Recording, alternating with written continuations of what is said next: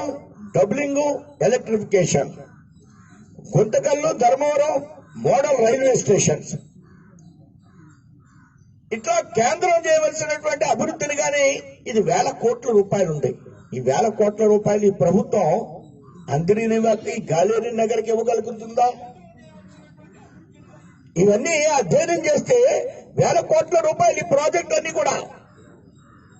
ఎంత డబ్బుని గత ప్రభుత్వం గాని ఈ ప్రభుత్వం గాని ఈ రాయలసీమకు సంబంధించినటువంటి నీటి వనరుల మీద ఖర్చు పెట్టడానికి అవకాశం ఉందా? ఖర్చు పెడితే రాష్ట్ర ప్రభుత్వం ఒక రోడ్ మ్యాప్ ని, ఒక వైట్ షీట్ ని పబ్లిష్ చేయాలి. నిరంతరం అభివృద్ధిలో, ఆంధ్ర రాష్ట్ర అభివృద్ధిలో ఒక ప్రత్యేక లక్ష్యం భారతీయ జనతా పార్టీకి ఉంది. ఒక ప్రత్యేకమైనటువంటి అభిమానం భారతీయ జనతా పార్టీకి ఉంది.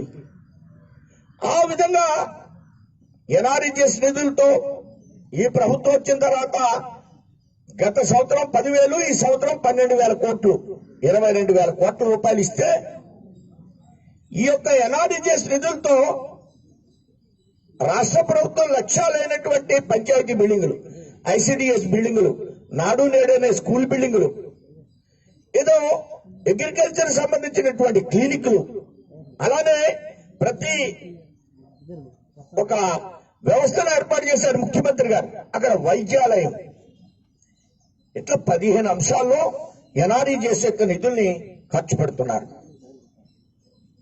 అలానే రూరల్ హెల్త్ మిషన్ లో ఆ 105 ఆ వెహికల్స్ కి 60% కేంద్ర ప్రభుత్వం ఇస్తుంది. విద్యలో గాని, ఆరోగ్యంలో గాని, అనేక గ్రామీణ అభివృద్ధిలో గాని, పట్టణ అభివృద్ధిలో గాని అమృత పథకం ద్వారా పట్టణంలో ఉన్నటువంటి అనేక రకాల పార్క్స్, అనేక రకాలైనటువంటి రోడ్స్